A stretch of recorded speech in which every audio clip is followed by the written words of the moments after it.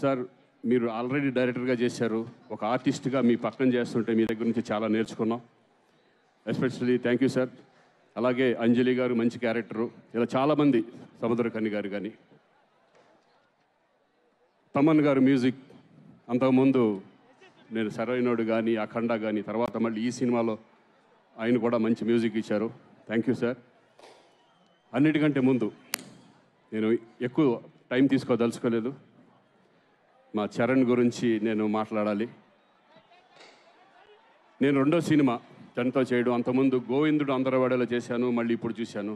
అప్పటికి ఇప్పటికి ఎంత చేంజ్ అంటే పర్ఫార్మెన్స్ లెవెల్స్, అంతకుముందు రంగస్థలం కానివ్వండి, తర్వాత త్రిపులారి కానివ్వండి, ఇప్పుడు ఈ సినిమాలో అంతకు మించిన పర్ఫార్మెన్స్ ఈ రెండు క్యారెక్టర్ల ద్వారా, అప్పన్న క్యారెక్టర్, రామనందన్ క్యారెక్టర్ ద్వారా చూపించబోతున్నారు.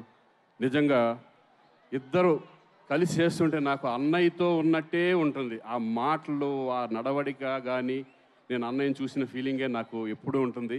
నేను ఎన్నోసార్లు అన్నయ్య కూడా చెప్పాను నేను. So very very happy. కానీ అన్నీ మారినాయి, కానీ ఒకటి మారలేదు, ఏంటంటే behaviour.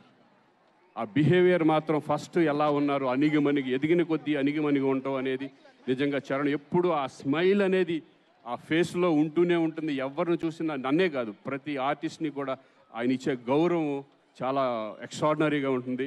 Keep it up Charan గారు. I'm very very happy. ఈ సినిమా గేమ్ చేంజర్ సినిమా. నాకు తెలిసి మొన్న ఆల్రెడీ డలాస్ ప్రోగ్రాంలో సుకుమార్ గారు చెప్పారు, ఈ సినిమాకి నేషనల్ అవార్డు రావాలని. డెఫినెట్గా ఈ సినిమాకి నేషనల్ అవార్డు వస్తుందని నేను నమ్ముతున్నాను. ఎందుకంటే దగ్గరుండి నేను చూశాను, డబ్బింగ్ చెప్పాను కాబట్టి. మీ పర్ఫార్మెన్స్ లెవెల్స్ ఎక్కడికో వెళ్ళింది.